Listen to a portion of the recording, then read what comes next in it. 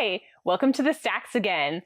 We use our collections here at the Indiana Historical Society to support the work that goes on in the larger museum. So you may not be aware that we have a really cool exhibit about Interurbans going on right now. We have so many collections in the Stacks that have to do with transportation, railroads, streetcars, all that good stuff. And so we'd like to show one of them to you today.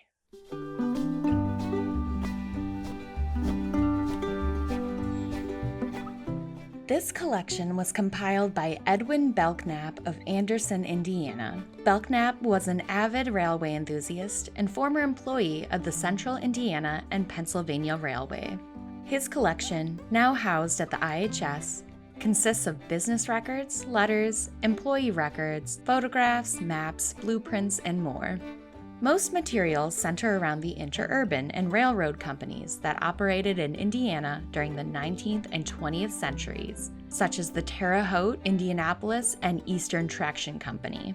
The company was formed as a result of multiple railway mergers, and by 1912, the company had become the largest interurban system in the state, with over 400 miles of track connecting cities like Indianapolis, Richmond, Lafayette, Crawfordsville, and Terre Haute.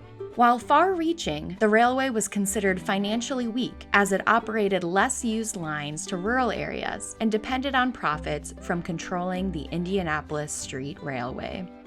Another featured railway in the collection is the Union Traction Company of Indiana, first organized in 1897. By the 1920s, the Union Traction Company of Indiana was operating 410 miles of interurban line across the state and approximately 44 miles of street railway track in Anderson, Marion, Muncie, and Elwood. Passenger traffic began to decline after 1917, and the company went bankrupt in 1925. This rise and fall of railways is a fairly common story due to the rise of automobiles, and post-World War II, the rise of airlines and interstate highways. The consistent and frequent schedules of interurbans in particular changed the habits of Hoosiers, allowing for increased travel regionally and faster mail delivery. Inadvertently, one-day shipping from these lines hurt smaller businesses that now had to compete with big city stores. For women who were previously limited in their ability to travel outside the home, interurbans and railways allowed them to make day trips, do grocery shopping, and access urban hubs like Indianapolis. The history of railways and interurbans often carry a sense of nostalgia. For former railway workers like Belknap, trains were ingrained in their lives and the stories of where they grew up.